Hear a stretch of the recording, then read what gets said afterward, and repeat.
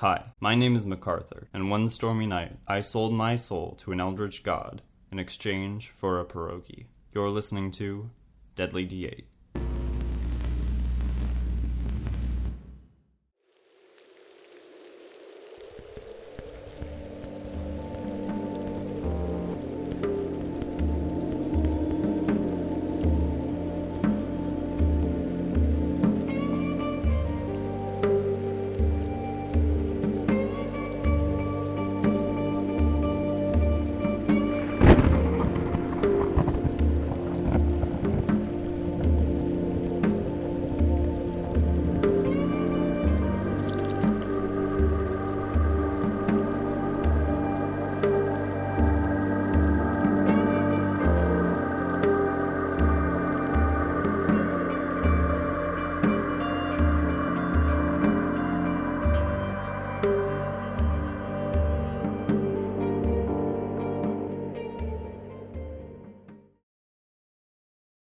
Today, we're going to cover what we think are the two best features of Pathfinder 2nd Edition, the 3-action economy and Feats.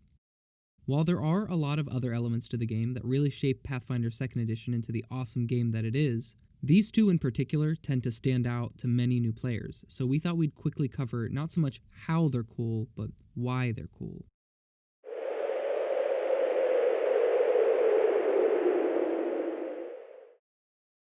One of the shining monoliths that draw many folks to the Pathfinder 2e system is the 3-action economy. And if you ask any veteran 2e players what the best part of the 2e system is, there's a good chance this is what they'll point to. With the 3-action economy, you can forget about that move, action, bonus action crap. You don't need those chains. Here at Pathfinder 2nd Edition, you are free. Here, you can be yourself, you little weirdo you, and you can spend those actions however you want. You get 3 actions to do things. And as we all know, more is always better. And to prove my point, here's a quick list of just some of the ways you can spend those actions. Now, what makes the 3-action economy great is that it allows for an astounding amount of versatility on every one of your turns.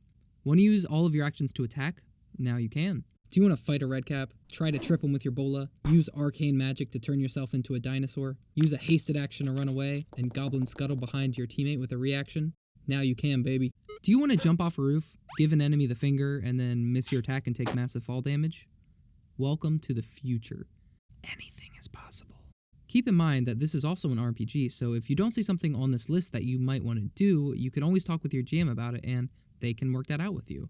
Again, this is to show that the added complexity of Pathfinder 2 doesn't detract from the options that are available to you. If anything, it works well just because it reminds you of what options are available to you at any given moment. Pulling back the hood to reveal the mechanics of the game, yes, you will see that Pathfinder is more crunchy of a game. But so is crunchy peanut butter, and everyone loves that.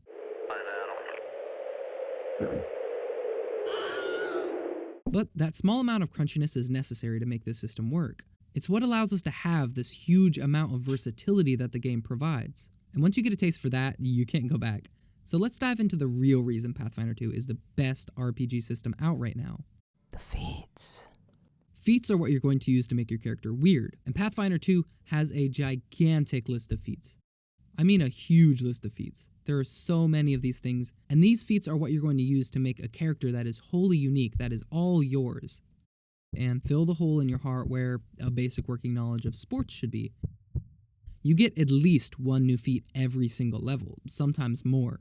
The beauty of this is that it means you won't need to wait until 20 sessions in to reveal that your barbarian can cast spells by angrily thinking at his wand until it learns he means business. Feats are broken down into 4 main categories: ancestry feats, skill feats, general feats, and class feats. Skill feats are the cool shit that anyone can do, which make you better equipped to handle certain situations. This can range from allowing you to make an impression using performance instead of diplomacy, to saying, I meant to do that, after you fall off a sheer cliff. Anyone can pick these up, which makes for some really interesting options the more you explore them and integrate them into your builds. Yeah. Next, we have general feats. These are eerily similar to skill feats, but they're in the general category because they tend to be a bit stronger or more versatile than skill feats, and they're not directly tied to a specific skill. Plus, sometimes Paizo likes to confuse you just for fun.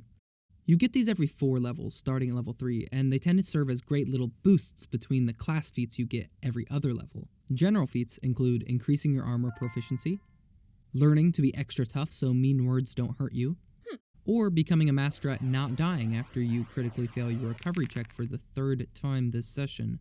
Class feats are the feats that come from your class. These can be classics like the rogue learning to apply poison to her blade, or the wizard learning to use leftover magic to power up their great axe, or even your alchemist learning to play pool with their bombs. Lastly, we have ancestry feats. These are feats available to you based on your ancestry you've selected. They include some common tropes such as elves move fast and dwarves are extra hardy, but also allow for some really fun RP elements as well. Here's some feats for the gnome ancestry, for example, such as giving your gnome the ability to have a familiar, to blink out of existence for a second to try to dodge a fireball, or allowing you to use the unbridled might of puppy dog eyes to take less damage from someone trying to punch you in your adorable little face. So you take a look at all of these feats and you pick each one that you want at each level, and what you end up with is a very unique character that you've made all of your own. And this system really works well with that. It truly allows you to let your weirdness shine, which is what we love about it. And yes, Pathfinder 2 has killer spells, fantastical equipment, and hundreds of pieces of unique treasure. But the feats alone are reason enough to give the system a try. Who knows, you might even fall in love.